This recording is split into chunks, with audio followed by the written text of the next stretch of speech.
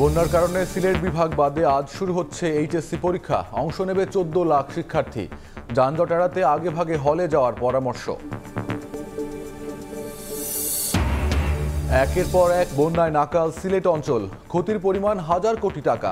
All-weather সড়ক ও অপরিকল্পিত বাঁধকে দায়ী করছেন বিশেষজ্ঞরা। আরও গবেষণার তাগিদ। আজকে খুঁজব, 2 বছর পরে এটি রিপেয়ার করব। গ্রাম দেশে যে রাস্তাঘাট এর চেয়ে হাজার হাজার গুণ উন্নত। রাজধানীতে ভোগান্তির আরেক নাম ভাঙাচোরা সড়ক। নগর কর্তৃপক্ষের অবহেলা দেখছেন নগরবাসী। ঠিকাদারের ওপর দায় চাপিয়ে পার পেতে চান জনপ্রতিনিধি।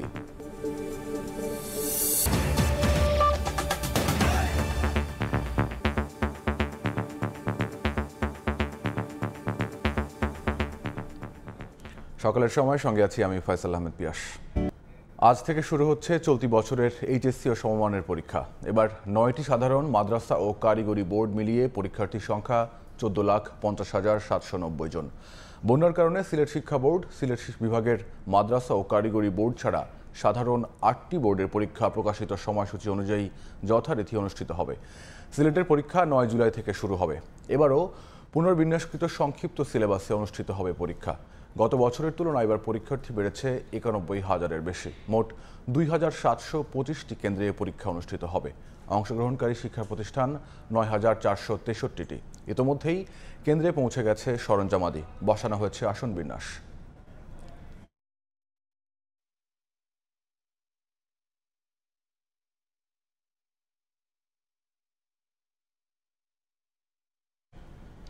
কিছুক্ষণের মধ্যে এইচএসসি পরীক্ষার হলে আসতে শুরু করবে শিক্ষার্থীরা। এই মুহূর্তে রাজধানীর Azimpur girls and school and কলেজে আছেন শাকির আহমেদ এবং তেজগাঁও কলেজের সামনে আছেন রায়দুল শুভ। প্রথমে যাচ্ছি শাকিরের কাছে। আজ থেকে শুরু হচ্ছে চলতি বছরের এইচএসসি অর্থাৎ উচ্চ মাধ্যমিক, পাশাপাশি আলিম এবং এইচএসসি ভোকেশনাল সহ 9টি শিক্ষা বোর্ডের যে পরীক্ষা, সেটি 10টি শিক্ষা বোর্ডের সেই পরীক্ষাটি। আমরা জানি যে বাংলাদেশে 11টি শিক্ষা বোর্ড থাকলেও বন্যার কারণে সিলেটের যে পরীক্ষাটি অর্থাৎ সিলেট শিক্ষা বোর্ডের পাশাপাশি মাদ্রাসা বোর্ডের অধীনস্থ যে সিলেটের কেন্দ্রগুলো রয়েছে, কারিগরি বোর্ডের কেন্দ্রগুলো রয়েছে, সেই সিলেট অঞ্চল কেন্দ্রিক যে পরীক্ষাগুলো সেগুলো বাদে সারা বাংলাদেশে কিন্তু 10টি শিক্ষা বোর্ডের যে পরীক্ষা সেটি কিন্তু আজ শুরু হচ্ছে। অর্থাৎ বাংলা প্রথম পত্র পরীক্ষার মাধ্যমে কিন্তু সেটি আনুষ্ঠানিকভাবে শুরু হতে যাচ্ছে। আমরা জানি যে কোভিড-19-এর কারণে এই শিক্ষার্থীরা কিন্তু একটি একাডেমিক জায়গা যেটি সেটি তাদের সংকুচিত হয়ে আসে।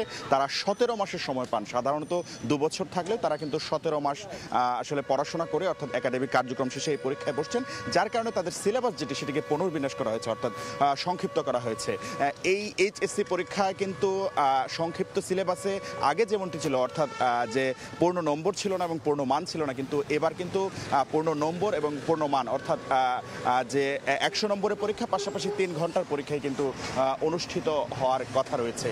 পাশাপাশি আরেকটি বিষয় একটু জানিয়ে রাখতে চাই, এই পরীক্ষা উপলক্ষে প্রশ্ন ফাঁস সহ নানা ধরনের গুজব থাকে।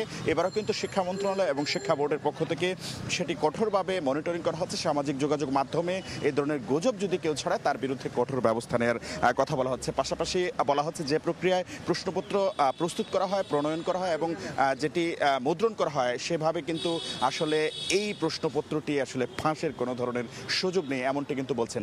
পাশাপাশি এই প্রশ্নপত্র যেন ফাঁস না হতে পারে বা নানা ধরনের অনাকাঙ্ক্ষিত যে ঘটনা সেটি যেন না ঘটে, এইটিকে কেন্দ্র করে কিন্তু আমরা দেখতে পেয়েছি এবারও অন্যান্য পাবলিক পরীক্ষার মতো এবারও কিন্তু কোচিং সেন্টার সেগুলো কিন্তু বন্ধ রাখা হয়েছে। আমরা দেখতে পেয়েছি রাজধানীর বিভিন্ন কেন্দ্রে ইতোমধ্যেই শিক্ষার্থী এবং অভিভাবকরা তাদের যে নির্ধারিত কেন্দ্র রয়েছে সেই কেন্দ্রের সামনে অপেক্ষা করছেন এবং কিছুক্ষণ পরেই হয়তো কেন্দ্রের যে মূল গেট বা মূল ফটক রয়েছে সেটি খুলে দেওয়া হবে, তখন শিক্ষার্থীরা সেখানে প্রবেশ করবেন।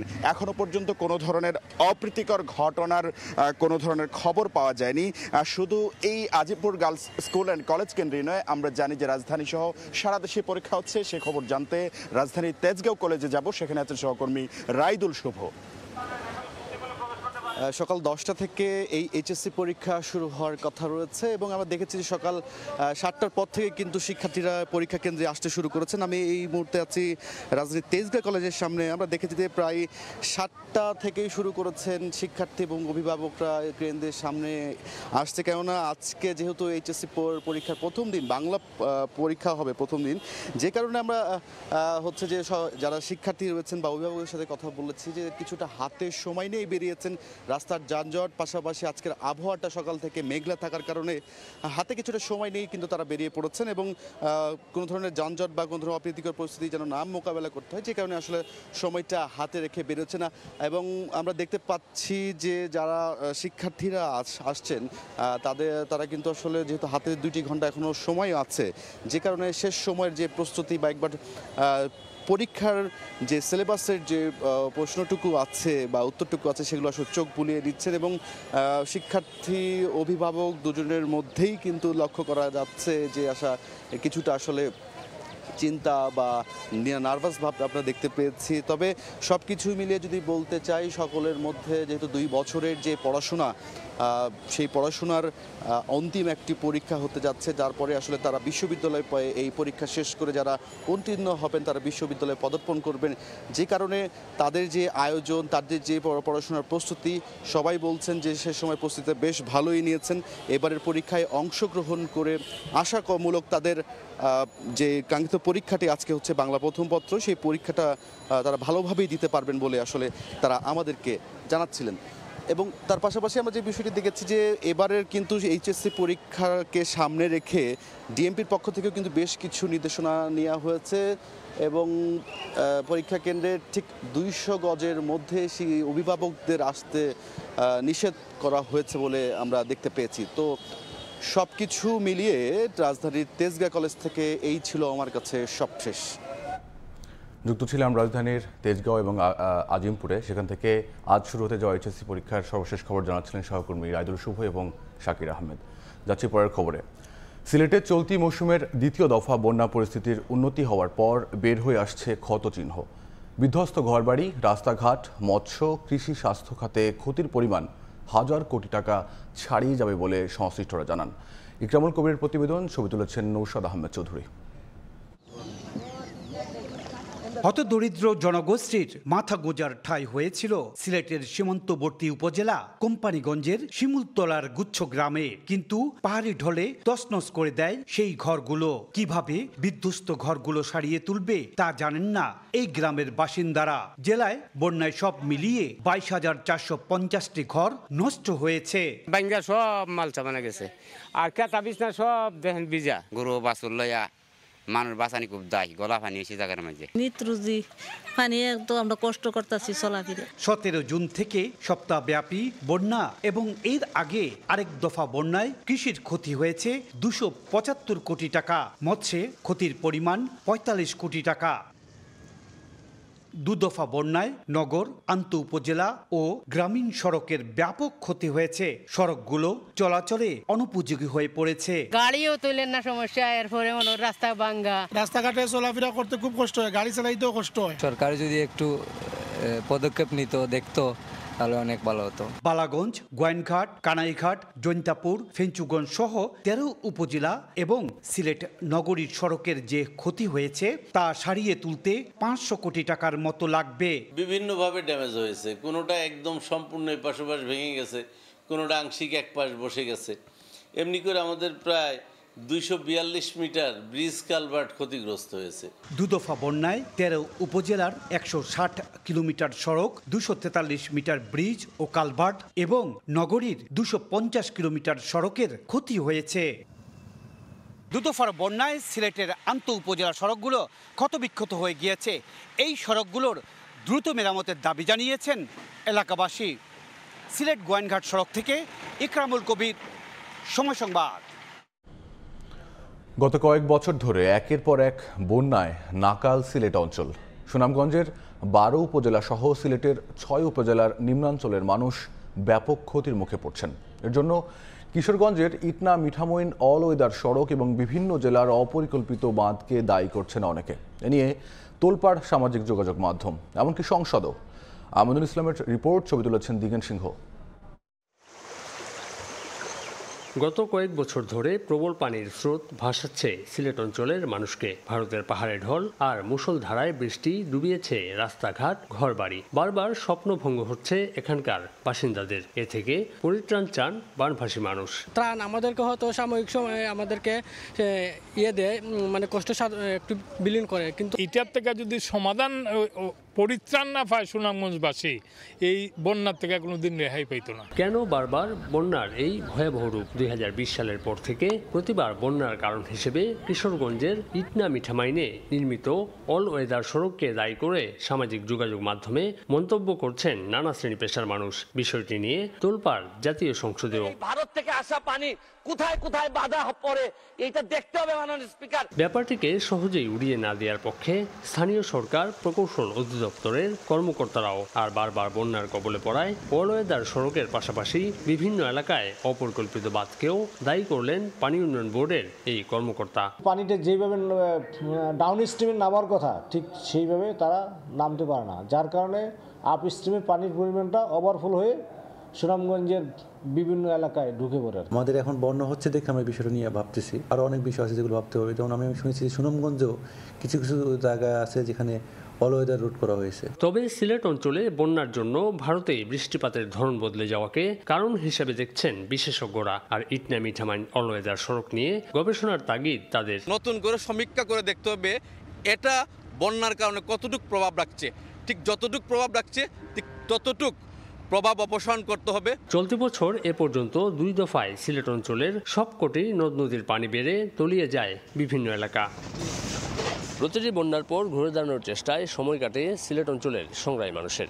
কিন্তু বন্যাকালীন সময়ে তাদের উত্থাপিত দাবিগুলো বেমালুম যেন ভুলে যান দায়িত্বশীল পর্যায়ের কর্তা ব্যক্তিরা। এবারের বন্যায় ব্যাপারটি নিয়ে গবেষণার জোরালো দাবি উঠেছে। আমিনুল ইসলাম, সময় সংবাদ, সিলেট।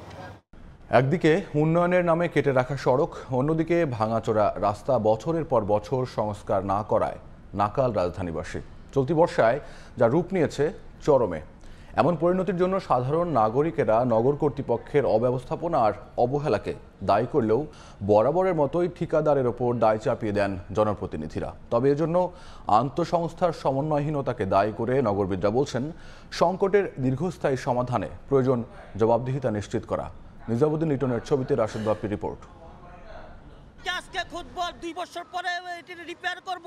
গাড়ি ভাঙা পড়ে, প্যাসেঞ্জারের ব্যথা পায়, প্যাসেঞ্জারের পা ভাঙে। সব কাটা ভাঙ্গা চিরা ঢাকা শহরের রাস্তা কোনোটা ভালা নাইকা। গ্রাম দেশে যে রাস্তাঘাট এর চেয়ে হাজার হাজার গুণ উন্নত। ঠিক কতটা বিপদগ্রস্ত হলে মানুষ এতটা ক্ষুব্ধ হয়, বিরক্তি জন্মে নিজ আবাসস্থলের প্রতি, সেটি কম বেশি সবাই বুঝলেও অজানা হয়তো নগর কর্তৃপক্ষের, যার মাসুল গুনতে হচ্ছে সাধারণ নগরবাসীকে। অথই এই পানির রাজত্ব রাজধানীর গ্যান্ডারিয়া রেল স্টেশন এলাকায়। সামান্য বৃষ্টিতে অন্য অনেক এলাকার মতো এই সড়কটিও চলে যায় পানির নিচে। কিন্তু বৃষ্টিতে জমে থাকা এই পানির থেকেও নাগরিকদের ভোগান্তির বড় কারণ খানাখন্দে ভরা ভাঙাচোরা সড়ক। বৃষ্টির পানিতে যা চোখে দেখা দেয়, আর তাই একটু অসতর্ক হলেই নেমে আসে ভয়াবহ দুর্যোগ। সকাল 10টা বাজে থেকে অনেকটা বাজে এই যে ভাইসে রয়েছে গাড়ি। দৈনিক গাড়ার ভিতরে মহিলারা পড়তেছে, বাচ্চারা পড়তেছে। ওটা তো আমরা পাশ করে দিছি, রাজধানীর বুকে ক্ষতবিক্ষত সড়কের তালিকা করলে হয়তো প্রথম স্থান অধিকার করবে যাত্রাবাড়ির দয়াগঞ্জের এই সড়কটি। প্রতিদিন হাজারো যানবাহন আর কয়েক লক্ষ মানুষের যাতায়াতের অন্যতম প্রধান এই রাস্তাটির বেহাল দশা কয়েক বছরের। গ্রীষ্মের ধুলার রাজ্য আর বর্ষায় পরিণত হয় ছোটখাটো ডোবা কিংবা নর্দমায়, কিন্তু দেখার যেন কেউ নেই। গাড়ি নষ্ট হয়ে জায়গা, গাড়ি সেন পড়ে জায়গা, গাড়ি প্রিমিয়াম জায়গা। কি যে একটা অবর্ণনীয় কষ্ট, যেটা বলার অপেক্ষা রাখে না। পাহাড় ভাঙ্গে, বয়স্ক লোকরা তারা আরো বেশি ভুক্তভোগী।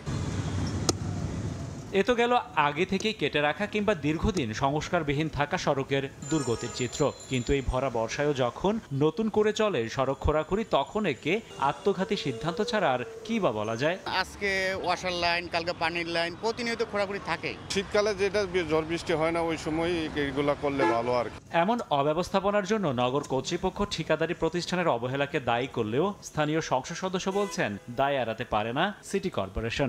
আমরা যাদের কন্ট্রাক্টরদের কাজ দিয়েছি তারাই মনে করেন লেন্ডি করে আমাদের এই বদনামের বাগি বানায়। ঢাকা মহানগরের সকল উন্নয়নমূলক কাজে দায় দায়িত্ব সিটি কর্পোরেশনের। সকল ডেভেলপমেন্টের ওয়ার্কগুলো যথাসময়ে শেষ করে মানুষের ভোগান্তি কমাতে হবে। একে অপরকে দোষারোপ না করে সংকট মুক্তির জন্য আন্তঃসংস্থার সমন্বয় ও জবাবদিহিতা নিশ্চিতের উপর জোর দিচ্ছেন নগরবিদরা। যতক্ষণ না পর্যন্ত আমরা বাধ্য করতে পারবো সমন্বিত ব্যবস্থাপনার মাধ্যমে সড়ক খনন হবে এবং ব্যবস্থাপনা হবে, ততক্ষণ পর্যন্ত সংস্থাগুলো নামমাত্র ফির বিনিময়ে এই রাস্তা কাটতেই যাবে। আর এতে জনভোগান্তি আর জনগণের ট্যাক্সের টাকা একদমই হরিলুট হচ্ছে। বর্তমানে ঢাকার বুকে ফেলে রাখা এমন ক্ষতবিক্ষত সড়কের পরিমাণ বলা হচ্ছে অন্তত 300 কিলোমিটার। গ্যাস, বিদ্যুৎ, পানি সহ নানা নাগরিক সুবিধা নিশ্চিতে সড়ক খোরাখুরির প্রয়োজন আছে। বৃহৎ স্বার্থে মানুষ এটি মেনেও নেন, কিন্তু প্রশ্ন হলো কাজ শেষে সড়ককে এভাবে দিনের পর দিন, বছরের পর বছর ফেলে রাখা নজির বিশ্বের আর কোথায় আছে? রাশেদ বাপ্পি, সময় সংবাদ, ঢাকা। পদ্মা বহুমুখী সেতু প্রকল্প শেষ হচ্ছে আজ। বরাদ্দকৃত 32,607 কোটি টাকা থেকে চূড়ান্ত বিলে প্রায় 1,500 কোটি টাকা কম খরচ হয়েছে। এর মধ্যে মূল সেতুর 13,133 কোটি খরচে সাশ্রয় হয়েছে প্রায় 526 কোটি টাকা। এদিকে প্রকল্পের সমাপনী অনুষ্ঠানে যোগ দিতে 5 জুলাই মাওয়ায় যাচ্ছেন প্রধানমন্ত্রী শেখ হাসিনা। নাসির উদ্দিন উজ্জ্বলের রিপোর্ট, ছবি তুলেছেন আবু সাইদ। বাঙালির সক্ষমতার স্মারক পদ্মা বহুমুখী সেতু প্রকল্পের সমাপনী রোববার 30 জুন। 23 বছর আগে 2001 সালের 4 জুলাই মাওয়ায় ভিত্তিপ্রস্তর স্থাপন করেছিলেন প্রধানমন্ত্রী শেখ হাসিনা। এরপর সরকারে ফিরে এসে 2009 সাল থেকে আবার পুরোদমে কাজ শুরু করেন। বিশ্বকে তাক লাগিয়ে নিজস্ব অর্থায়নে নির্মাণ শেষে 2022 সালের 25 জুন স্বপ্নজয়ের পদ্মা সেতু উদ্বোধন করেন এর স্বপ্নদ্রষ্টা। আর 2023 সালের 10 অক্টোবর উদ্বোধন করেন সেতুর রেলপথ। এখন প্রকল্পের সফল সমাপ্তির পর 5 জুলাই মাওয়ায় সুধী সমাবেশে আসছেন প্রধানমন্ত্রী। এখানে আমরা বিদ্যুৎ পেয়েছি, গ্যাস পেয়েছি, বা ট্রেন পেয়েছি, রেল লাইন সেটা পেয়েছি, এবং সড়ক পরিবহনের যে সুবিধা সেটা পেয়েছি। সুবিধা বর্তমানে ভালোই পাইতেছি, সব দিক দিয়ে ফ্যাসিলিটি ভালো।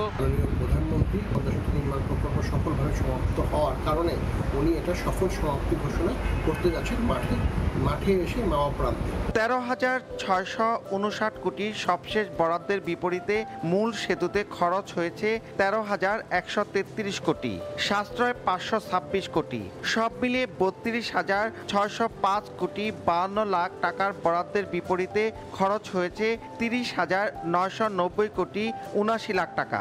প্রায় 2,000 কোটি টাকার উপরে ক্লেম ছিল, সেগুলো আমরা দীর্ঘ সময় নেগোসিয়েট করছি। আমাদের এক্সপার্ট ছিল নিউজিল্যান্ডের এবং মালয়েশিয়ান, ওদের এক্সপার্ট ছিল আমেরিকান এবং ব্রিটিশ।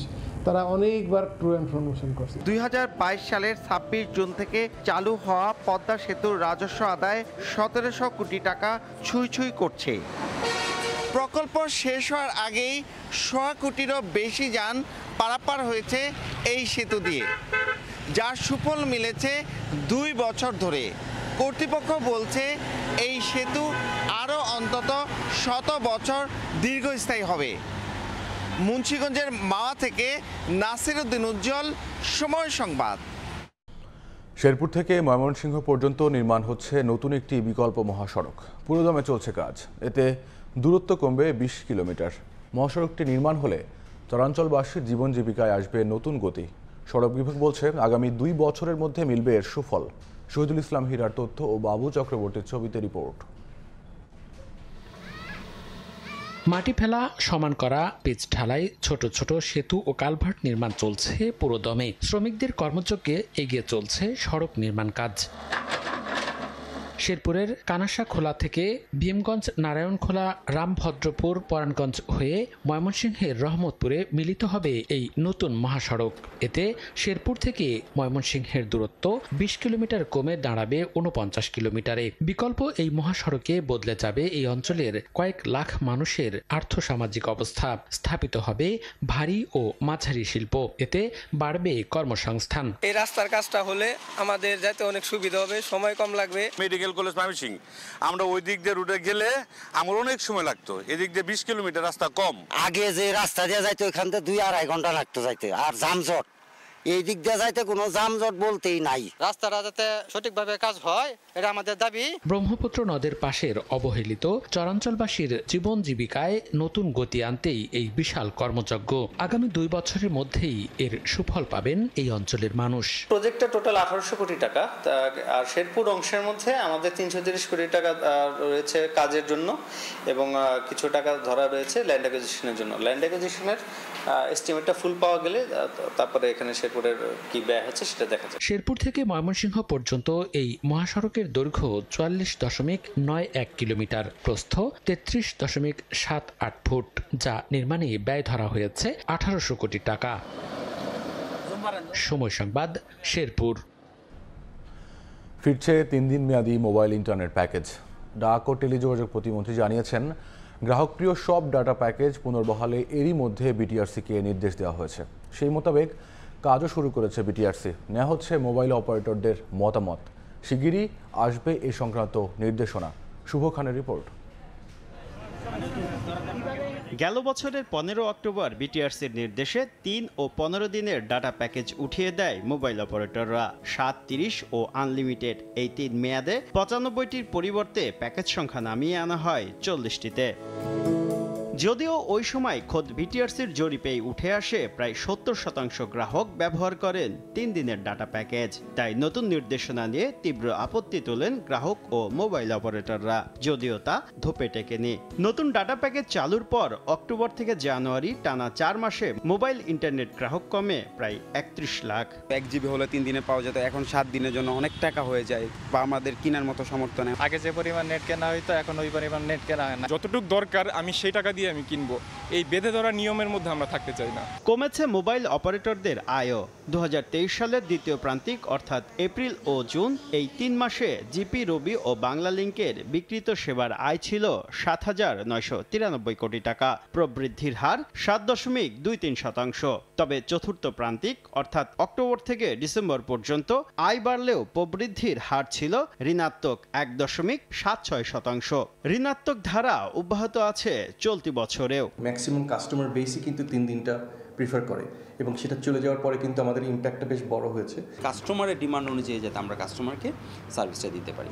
এখানে যদি রেস্ট্রিকশন করা হয় আমাদের রেভিনিউ ডিপ্রাইভড হবে, আলটিমেটলি কিন্তু সরকারের রেভিনিউ কমবে। এই অবস্থায় জনপ্রিয় সব ডাটা প্যাকেজ আবার চালু করতে বিটিআরসিকে নির্দেশ দিয়েছেন ডাক ও টেলিযোগাযোগ প্রতিমন্ত্রী। যদি আমাদের ডেটা প্যাকেজ 3টা থেকে আরো একটু বাড়াতে হয় বা অন্য কোনো স্মল প্যাকেজগুলো কাজে লাগে, গ্রাহকদের যেটা পছন্দের বা প্রিয় সেটা আমরা যাতে কনসিডার করি, এটা আমি বলেছি তাদেরকে। বিটিআরসির সবশেষ তথ্য মতে দেশে মোবাইলে ইন্টারনেট ব্যবহার করেন 12,51,00,000 গ্রাহক। শুভ খান, সময় সংবাদ। বিশ্বের অন্যতম জনবহুল দেশ ভারতে বিদেশি পর্যটকের মধ্যে দ্বিতীয় অবস্থানে রয়েছেন বাংলাদেশিরা। সরকারি তথ্য বলছে 2022-23 সালে যুক্তরাষ্ট্রের পর সবচেয়ে বেশি বাংলাদেশি ভারতে ঘুরতে গেছেন। এর মধ্যে আবার প্রায় 80%ই যান চিকিৎসার জন্য। তবে ভারতের চিকিৎসা ভিসা পেতে পোহাতে হচ্ছে চরম ভোগান্তি। দুর্ভোগ লাঘবে চালু হচ্ছে মেডিকেল ভিসা। তবে ভারতীয় চিকিৎসকদের দাবি, বলছেন শুধু ভিসা নয়, রোগীদের জন্য কম খরচে চিকিৎসা সেবাও নিশ্চিত করতে হবে। ভারত থেকে বিস্তারিত সুব্রত আচার্যের রিপোর্টে। ভারতে চিকিৎসা করাতে আসা বেশিরভাগ বাংলাদেশি পর্যটকের ঠিকানা কলকাতার বাইপাস লাগোয়া মুকুন্দপুরের হাসপাতাল পল্লী। এখানে ছোট বড় 10 থেকে 12টি বেসরকারি চিকিৎসা কেন্দ্র রয়েছে। দিনে গড়ে 3 থেকে 3,500 বাংলাদেশি পর্যটক শুধু চিকিৎসার জন্যই এই এলাকার হাসপাতালগুলোতে ভিড় করেন। তবে পর্যটকদের অভিযোগ, যে সংখ্যক রোগী ভিসার জন্য ঢাকায় ভারতীয় হাই কমিশনে আবেদন করেন তার অর্ধেকেরও কম পর্যটককে দেয়া হচ্ছে ভিসা। ফলে অনেকেই সঠিক সময়ে আসতে না পেরে চরম বিড়ম্বনার শিকার হন। আমি প্রথমে ভিসার জন্য দিয়েছিলাম যে রমজানের ঈদে, কিন্তু আমি পাইছি কোরবানির ঈদের পরে। তো এটা আমার জন্য অনেক ক্ষতি হয়েছে, কারণ আমার তো সুস্থতা তো আর বসে থাকতেছে, অসুস্থতা তো আর বসে থাকতেছে। যদিও সদ্য অনুষ্ঠিত 2 দেশের প্রধানমন্ত্রী পর্যায়ে বৈঠকে যে সমঝোতা সই হয়েছে সেখানে বড় জায়গা পেয়েছে 2 দেশের চিকিৎসা ব্যবস্থায় পারস্পরিক সহযোগিতা। চালু করা হচ্ছে মেডিকেল ভিসা। চিকিৎসা সংক্রান্ত কাগজপত্র দিলেই কয়েক ঘন্টার মধ্যে মিলবে ভিসা। খুব ইমার্জেন্সি আসে এখানে চিকিৎসার জন্য, ওদের জন্য খুব ভালো। এটা তো মারাত্মক গুরুত্বপূর্ণ দরকার ছিল, কেননা দেখুন বাংলাদেশের এক অংশ ওকে এখানে ইন্ডিয়া আসছে ট্রিটমেন্ট করতে, আজকে দিলে যদি কালকে পেয়ে যায় আরো ভালো। এটা হলে সুবিধা হয় আমাদের জন্য। আমাদের তো এখন ভিসা পাইতে খুব হ্যারাসমেন্ট হচ্ছিল। ভিসার জন্য যে ভোগান্তিটা হতো, সেই মেডিকেলের জন্য খুব একটা সুখবর এবং এটাতে সবাই উপকৃত হবে। তবে শুধু ই ভিসা ব্যবস্থাপনাতেই থেমে থাকলে চলবে না। ভারতের চিকিৎসকরা মনে করছেন বাংলাদেশি রোগীদের জন্য চিকিৎসা খরচ কমানো সহ তাদের সব ধরনের সুবিধাও নিশ্চিত করতে হবে। বাংলাদেশের মানুষের অসুবিধাটা না হয়, কারণ সবাই সব রকম ভাবে খরচ করতে পারে না। এইদিকে সরকার নজর দিক তাদের স্বল্প মূল্যে বা কম খরচে কোন জায়গায় কিভাবে ঠিক চিকিৎসা তারা পাবেন, সেই রকম ব্যবস্থাও যেন একটা হেল্প ডেস্ক ভারত সরকারের দ্বারা তৈরি হয়। সংশ্লিষ্টরা মনে করছেন কলকাতার অর্থনীতির বড় একটা অংশ এই চিকিৎসা ব্যবস্থার সঙ্গে সম্পর্কিত। তাই ই মেডিকেল ভিসার ফলে সবচেয়ে বেশি লাভবান হবে পশ্চিমবঙ্গের অর্থনীতি। তবে পশ্চিমবঙ্গ সরকারকেও বাংলাদেশি পর্যটকদের জন্য বাড়তি মনোযোগ দিতে হবে, নিশ্চিত করতে হবে সব ধরনের সুযোগ সুবিধা। ই মেডিকেল ভিসা চালু হলে যেমন ভারতের রাজস্ব আয় বাড়বে, ঠিক সেরকমই লক্ষ লক্ষ বাংলাদেশি যারা ভিসার জন্য ভারতে চিকিৎসা করাতে আসতে পারেন না তাদেরও সুবিধা হবে এবং একই সঙ্গে ভ্রমণ কর বাবদ বাংলাদেশের কোষাগারেও বাড়বে রাজস্বের পরিমাণ। কলকাতার হাসপাতাল পল্লী থেকে সুব্রত আচার্য, সময় সংবাদ। 17 বছর পর টি-20 বিশ্বকাপ শিরোপা জেতায় উৎসবের আমেজ ভারত জুড়ে। নেচে গিয়ে টিম ইন্ডিয়ার জয় উদযাপন করেন দর্শকরা। কলকাতা থেকে আরও জানাচ্ছেন সুব্রত আচার্য। শ্বাসের পর যে তৃপ্তির যে শ্বাস প্রশ্বাস তুলছেন এখন কিন্তু সাধারণ ক্রিকেট ভক্তরা আপনারা জানেন যে আজকের এই খেলার শেষ বলে বলে যখন হার এবং জিতকে একেবারে সংশয়ের কাঠগড়ায় দাঁড় করাচ্ছিল, আমি দেখছিলাম যে আপনি উৎসুক, একেবারেই আপনার চোখে মুখে একটা আতঙ্কের ছাপ দেখা গিয়েছিল। কি মনে হয়? এইরকমই ফাইনাল হওয়া উচিত আমার মনে হয়, তাই না? মানে ওয়ান সাইডেড নয়, যেটা 2000 এই লাস্ট 50-50টা একটা ওয়ান সাইডেড হয়ে গেছিলো। এরকম ফাইনাল টি-20তে আশা করি, এবং এই জন্য রাত 12টা অবধি এত লোক এখানে দাঁড়িয়ে আমরা খেলা দেখছি।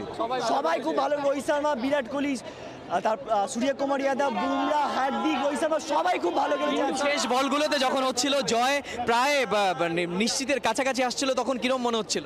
তখন মানে চোখ আগে একটা কান্না পাচ্ছিল, হেরে যাওয়ার একটা কষ্ট হচ্ছিল, কিন্তু তখন মনে হচ্ছে যে জিততে পারে এবার। ভেতর থেকে একটা আনন্দ আছে যে 17 বছর পর টি-20 ওয়ার্ল্ড কাপ পাবো। কনফিডেন্ট কমেনি, আসলে ইন্ডিয়া খুব ফেভারিট টিম, তো মনটা খারাপ হচ্ছিল, ওটাই আর কিছু। We are the world champions! We are the world champions! একদম উচ্ছ্বসিত, বাঁধ ভাঙা উচ্ছ্বসিত এবং টান টান উত্তেজনার মধ্যে দিয়ে খেলা শেষ হয়েছে। অনেকে বলছেন যে টি-20 ম্যাচ কিন্তু এরকমই হতে হয়। জানেন 17 বছরের যে খরা, সেই খরা কেটে গিয়েছে। বিশ্বকাপের যে প্রত্যাশিত চ্যাম্পিয়নশিপ ট্রফি, সেই ট্রফি কিন্তু ভারতের ঘরে। এই অর্জন নিঃসন্দেহে ভারতীয় ক্রিকেট এবং ভারতীয় ক্রিকেট ভক্তদের, বিশেষ করে এই ভারতের 140 কোটি ভারতীয়দের কাছে কিন্তু এটা কিন্তু একটা বাড়তি মাইলেজ দেবে বলে মনে করা হচ্ছে। 22 গজের এই ম্যাচ, অনিশ্চয়তার ম্যাচ, আপনি টান টান উত্তেজনা, যখন 177-এর টার্গেট বেঁধে দেওয়া হয়েছিল তখন অনেকেই মনে হচ্ছিল যে এই টার্গেটটা খুবই ক্ষীণ এবং এই টার্গেটটা ওভারকাম করতে পারবে সাউথ আফ্রিকার মতো দল। কিন্তু শেষে দেখা গিয়েছে যে প্রথমেই যে ধাক্কা, উইকেট পরপর দুটো উইকেট পড়ার পরে কিন্তু খেলার যে চাকা সেটি কিন্তু ভারতের দিকে ঘুরে আসে এবং শেষ মুহূর্তে যা দেখা গিয়েছে একদম টান টান উত্তেজনার মধ্য দিয়ে কিন্তু টি-20 ওয়ার্ল্ড কাপের ট্রফিটা কিন্তু ইন্ডিয়ার ঘরে। সুব্রত আচার্য, সময় সংবাদ, ভারত।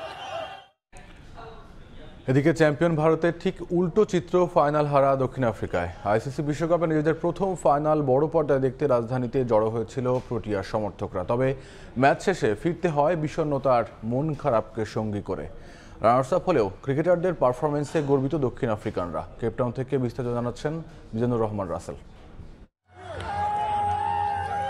এত কাছে তবুও এত দূরে, সেমির আফসোস মিটিয়ে ফাইনাল, তবুও আরবদের শিরোপা হাতে আসলো না প্রোটিয়াদের। ক্লাসেলের সৌজন্যে একটা সময় দক্ষিণ আফ্রিকার শিরোপা জিতাটা মনে হচ্ছিল সময়ের ব্যাপার। তবে বারবাডোজে এদিন ক্রিকেট দেবতা সঙ্গে ছিল না দলটার। শেষ ওভারে হৃদয় ভেঙে আবারও 0 থেকে শুরুর অপেক্ষায় দক্ষিণ আফ্রিকা। যদিও এদিন দক্ষিণ আফ্রিকা পরিণত হয়েছিল উৎসবের নগরীতে। এমন ঐতিহাসিক দিনে সমর্থকরা বড় পর্দার সামনে জড়ো হয়েছিল সমর্থনে। ম্যাচ শেষে কেবল হৃদয় ভাঙার গল্প সঙ্গী হয়েছে তাদের, যাদের মধ্যে ছিলেন প্রবাসী বাংলাদেশিরাও। খুবই দুঃখজনক, এটা আসলে একবারে অলমোস্ট জিতা ম্যাচটা সাউথ আফ্রিকা হেরে গেল। আমরা তো ভাবছিলাম সাউথ আফ্রিকা এবার কাপটা নিয়েই নেবে, 32 বছর পর এরা ফাইনালে খেলতে আসলো, কিন্তু এটা ভেরি মাচ ডিসঅ্যাপয়েন্টেড। এরা গেমটা নেওয়া উচিত ছিল, তবে খেলাটা চমৎকার হয়েছে। ইন্ডিয়া সাউথ আফ্রিকা তাদের বেস্ট খেলা খেলছে। সাউথ আফ্রিকার ম্যাচটা একদম ইজি জিতা ম্যাচ ছিল। এরকম ম্যাচ, এরকম অপরচুনিটি সবসময় আসে না। একদম শেষ ক্লাসেন যে পর্যন্ত মাঠে ছিল, সম্পূর্ণ ম্যাচ সাউথ আফ্রিকার কন্ট্রোলে ছিল। একটা ওভার ক্লাসেন আউট হওয়ার পরেই সাউথ আফ্রিকা মাঠ থেকে একদম ম্যাচ থেকে ছিটকে গেছে। এই জায়গায় কিছু করা ছিল না। ব্যাড লাক সাউথ আফ্রিকার জন্য। আশা করি প্রথমবারের মতো ফাইনাল খেলছে, হারছে। নেক্সট টাইম আশা করি আবার যদি কখনো এরকম চান্স আসে ফাইনালে পৌঁছায়, অবশ্যই তারা ট্রফি উইন করবে। ফাইনাল হারলেও প্রোটিয়াদের পারফরমেন্সে গর্বিত সমর্থকরা।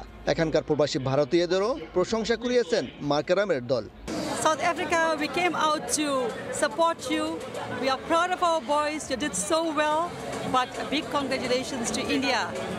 India really shone on the big stage today for the final of the ICC cricket. We are very, very proud of India as well. I'm from India, but I love South Africa, and South Africa played really well. So a huge hug to all South Africans, and India won, so congratulations, India. Best final I've seen in a long time. That's the best final. Congratulations, India. Congratulations, you deserve it. প্রোটিয়াদের এই উৎসবের পূর্ণতা পেত যদি বারবাডোজে শিরোপা নিজেদের করতে পারত দক্ষিণ আফ্রিকা। মিজানুর রহমান রাসেল, সমাজ সংবাদ, দক্ষিণ আফ্রিকা। এ পর্যায়ে শীর্ষ সংবাদগুলো জানিয়ে দিচ্ছি আরও একবার। বন্যার কারণে সিলেট বিভাগ বাদে আজ শুরু হচ্ছে এইচএসসি পরীক্ষা। অংশ নেবে 14 লাখ শিক্ষার্থী। যানজট এড়াতে আগে ভাগে হলে যাওয়ার পরামর্শ। একের পর এক বন্যায় নাকাল সিলেট অঞ্চল। ক্ষতির পরিমাণ হাজার কোটি টাকা। অলওয়েদার সড়ক ও অপরিকল্পিত বাঁধকে দায়ী করছেন বিশেষজ্ঞরা। আরও গবেষণার তাগিদ। আজকে খুঁজবো, 2 বছর পরে এটি রিপেয়ার করব। গ্রাম দেশে যে রাস্তাঘাট এর চেয়ে হাজার হাজার গুণ উন্নত। রাজধানীতে ভোগান্তির আরেক নাম ভাঙাচোরা সড়ক। নগর কর্তৃপক্ষের অবহেলা দেখছেন নগরবাসী। ঠিকাদারের ওপর দায় চাপিয়ে পার পেতে চান জনপ্রতিনিধি।